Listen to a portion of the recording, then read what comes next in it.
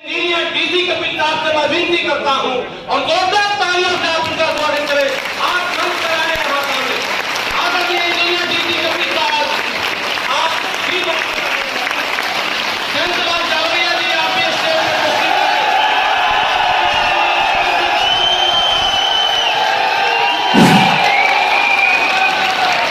Engineer DC Kapil जिंदाबाद, ठेकेदारी हटाओ राज्य संयुक्त मोर्चा जिंदाबाद, ठेकेदारी हटाओ राज्य संयुक्त मोर्चा जिंदाबाद, सभी कच्चे कर्मचारियों के यूनियन के ईमानदार नेता जिंदाबाद, सभी कच्चे कर्मचारी यूनियन के ईमानदार नेता जिंदाबाद, इंजीनियर डीसी कपिल जिंदाबाद। और सम्मान के साथ हम अपने नेता आदरणीय इंजीनियर डीसी कपिल साहब से विनती करते हैं कि वो अपने अतिथियों के साथ संकट होकर पहले एक बार विराजमान हो। एक बार पूरे इस सफल आयोजन के लिए 2 तालियों से आप अपने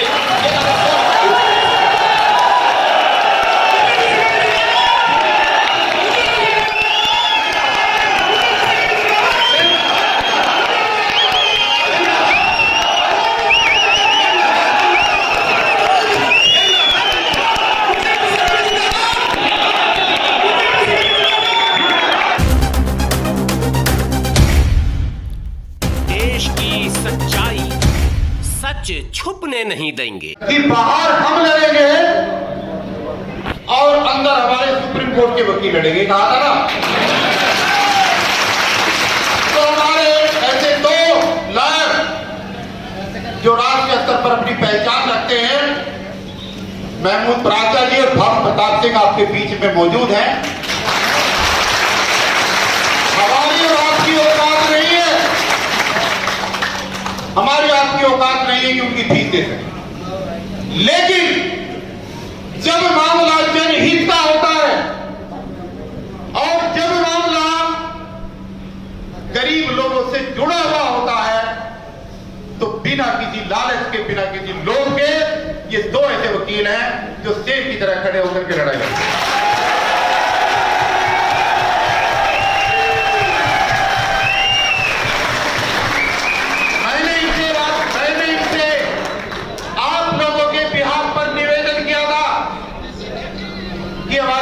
कर्मचारी बहुत परेशान हैं। प्राचा साहब और भानु प्रताप जी, आप लीगल तौर से इस लड़ाई को लेकर के आगे चले और हम दिल्ली के अंदर एक जन सैलाब पैदा करेंगे, क्योंकि आजकल न्यायालय में भी न्याय जभी मिलता है जब जज की कुर्सी पर बैठा हुआ जज उसको पता होता है कि वकील तो काबिल है ही, मेरे सामने लड़ रहा है, लेकिन बाहर जनता भी लठ लेके, जूता लेके खड़ी हुई है जब में।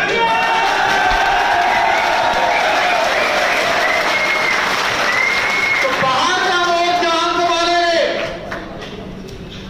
और अंदर हम अपील करेंगे। ये 2 नहीं है, इन जैसे हमारे पास कम से कम 200-300 वकीलों का एक पूरा समूह है। अभी एक वकील का IR के देखा उन्होंने आपको, वो हाई कोर्ट के कैसे भाषण दे रहे थे। तो मैं आपको ये कहना चाह रहा हूं कि जो आपकी बातें हमने रखी हैं, पहले एक बार 2 मिनट में, मैं 1-1 मिनट में उनको आपको सुनाना चाहता हूं, ताकि आपको पता रहे कि डिमांड है क्या। ठीक है, पहली डिमांड है सभी कच्चे कर्मचारियों को तुरंत पक्का किया जाए। ताली बजाने दो।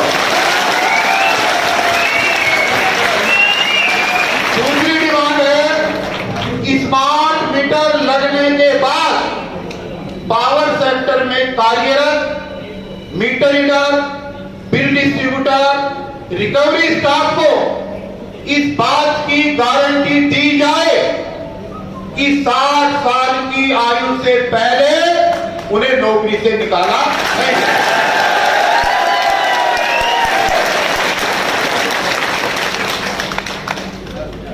तीसरा है, महंगाई के दौर में देश की राजधानी दिल्ली में सभी ठेका कर्मियों को मिनिमम वेज से बाहर निकाला जाए और प्रतिवर्ष 20% की वार्षिक वृद्धि दे करके हम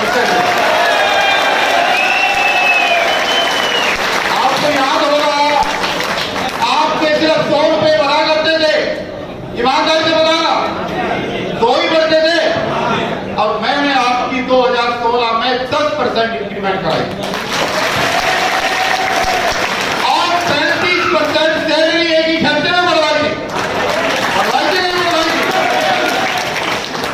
तो दोस्तों, इससे अगली डिमांड है कि जो हम स्कूटर चलाते हैं, जो हम मोटरसाइकिल चलाते हैं, उस मोटरसाइकिल के चलाने का खर्चा हम नहीं देंगे, बल्कि 3 लीटर प्रतिदिन यानी कि 90 लीटर पेट्रोल के पैसे हमें 1 महीने में मिलने चाहिए।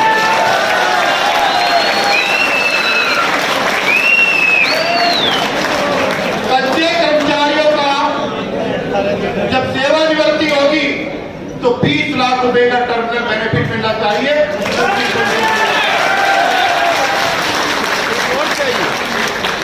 इतनी अजीब बात है कि 20-20 साल से नौकरी कर रहे हैं और भाई जिस पद पर आए थे आज उसी पे है, ये नहीं है। अब ससुराल में जाते हैं तो कहते हैं सगाई करी थी जब भी यही था, अरे कई बार हो गए तो अब भी यही है, तो नौकरी कर भी रहा है नहीं कर रहा है, ये नहीं है बात। तो वरिष्ठता के आधार पर और योग्यता के आधार पर, शैक्षिक योग्यता के आधार पर सभी लोगों का प्रमोशन हो रहा है।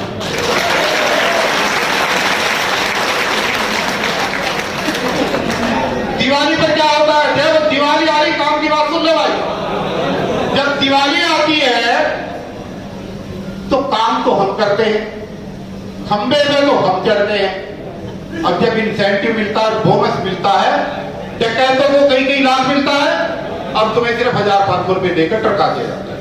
यही होता है ना। इस बार दिवाली पर मिलने वाला इंसेंटिव और बोनस जितना जीपे को मिलेगा इतना ही आउटसोर्स को मिलेगा।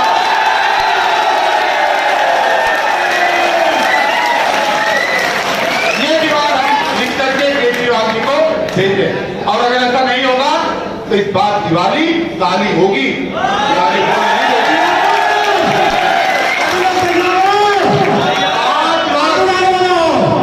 5 वर्ष की सर्विस हो जाती है, इसी 35 के क्या था, तो आदमी को ग्रेजुएटी मिलती है, या 30 साल हो गए ग्रेजुएटी का काम ही नहीं है, क्योंकि ठेकेदार बदल जाते हैं चालाकी से, और वो कहते हैं तू तो आ गया है मेरे पास, मुझे क्या पता। 20 साल की सर्विस की ग्रेजुएटी की जितनी भी हमारी राशि बैठती है, केजरीवाल साहब वो हमें लंबित राशि पहले पीछे की चाहिए और फिर आगे ग्रेजुएटी का आश्वासन।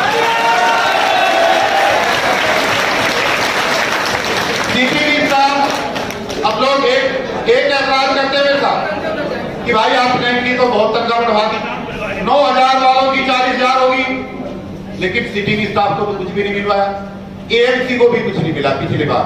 मैं माफी चाहता हूं, बहुत सारे साथी मेरे लाइन स्टाफ, अनिल पंचाल भी खुद बैठे हैं, उसका शिकार है, कुछ साथियों की सैलरी नहीं बढ़ पाई थी। इस बार सबसे पहले उनकी सैलरी बढ़ेगी जो पीछे वाले 15 के आंदोलन में पीछे छूट गए थे, उनको इस बार बराबर लेकर के आ गए।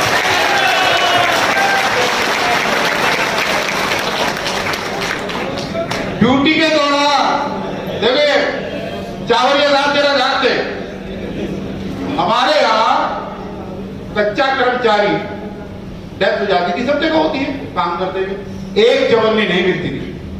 जब मैं ड्यूटी पे जनरल मैनेजर था तो मेरे दफ्तर में 50-50 रुपए मांगने के लिए लोग आए थे। काहे के मांग रहे हो? कि एक साथी की डेथ होगी, उसका क्रियाक्रम करना है। वहीं से यह आंदोलन शुरू हुआ था। मैंने उनको बुलाया और मैंने कहा ये गलत हो रहा था। 2014-15 में आंदोलन हुआ और एक डेड बॉडी को लेकर हजारों की संख्या में आप मेरे साथ गए थे, याद है ना?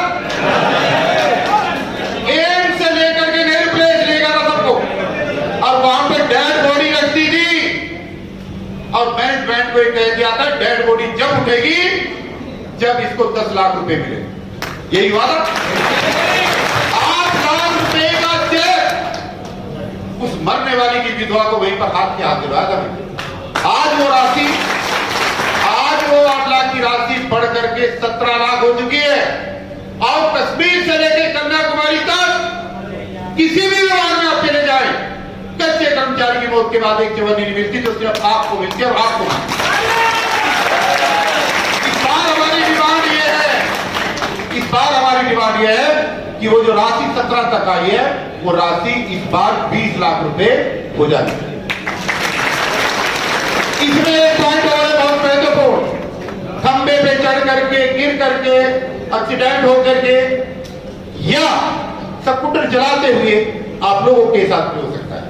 एक आदमी ड्यूटी पर है और उसका अंग भंग हो गया, हाथ टूट गया, पैर कट गया, बहुत सारी तस्वीरें हैं मेरे पास, अगली बार दिखाऊंगा आपको।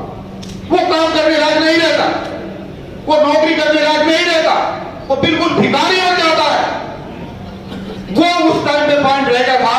आज हम ये नई डिमांड आप सब लोगों के सामने रख रहे हैं कि ड्यूटी के दौरान एक्सीडेंट होकर अगर किसी कर्मचारी का अंग भंग होता है तो उस आदमी को घर बैठे 20 लाख रुपए मिलने चाहिए ताकि वो अपना जीवन व्यापन कर सके। और जो लोग शिफ्ट की ड्यूटी में करते हैं उनको रात्रि भत्ता नहीं मिलता, उनको शिफ्ट भत्ता नहीं मिलता, उनको डबल ओवर टाइम नहीं मिलता। ये कुछ लोगों की शिकायत थी जो टेलीफोन ऑपरेटर थे, जो आपने जुड़वाई थी। ये 15 सूत्रीय मांग है जो मैंने आपके सामने रखी है, जो लेटर केजरीवाल जी के पास जाएगी। अब ईमानदारी के साथ ये बताओ, जिसको भी अपना आप इस देवता मानते हैं, झूठ मत बोल देना, क्योंकि पहले तुमने मेरे से झूठ बोला था, मैं भुगता बैठा हूं। नहीं तो मैं बेवकूफ नहीं था, 3.5 लाख रुपए की नौकरी गवाए बैठा हूं तुम्हारे चक्कर में।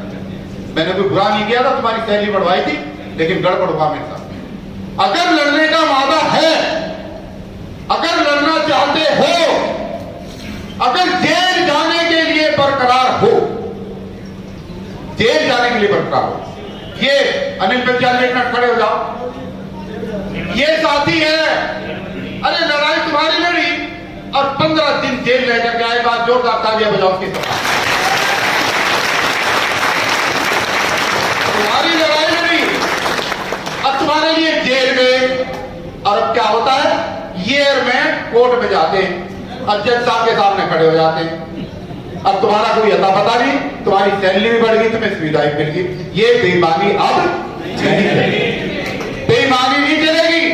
या तो ये दुकान आज ही बंद कर दो, आज ही बंद कर दो, नहीं तो शेर की तरह ईमानदारी के साथ खड़ा होना पड़ेगा, जेल जाने के लिए तैयार रहना पड़ेगा।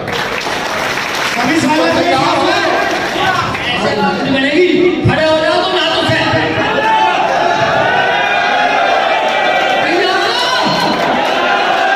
चाहिए आजादी, हमें चाहिए आजादी, पंथा से आजादी, पंथा से आजादी। दोस्तों, एक महत्वपूर्ण रेजुलेशन, खड़े रहो, अभी खड़े रहो, थोड़ा सा काम होने वाला है। महमूद प्राचार्य जी को अपनी बात रखने से पहले हमने जो रेजुलेशन दिन में रखा था, कोऑर्डिनेशन कमेटी ने हमारे पास किया था। हमारे सभी साथियों में धन्यवाद करना चाहूंगा अपने अतिथियों का, विशेष रूप से एमसीडी के सभी नेताओं का और ऋषिपाल जी का, और तमाम जितने भी साथी, ट्रांसपोर्ट के साथी, लेडी पट्टी वाले साथी, जिन्होंने हमें सहयोग की घोषणा की। हमारे उससे जो प्रस्ताव था उसके ऊपर उन्होंने आश्वासन हमें दिया, लेकिन जब तक जिसकी लड़ाई है, जब तक वो शेर की तरह सामने नहीं होगा, जब तक दूसरे का सहयोग करने से कोई लाभ नहीं होगा। मानते नहीं मानते? वैसे तो आप इतने बड़े शेर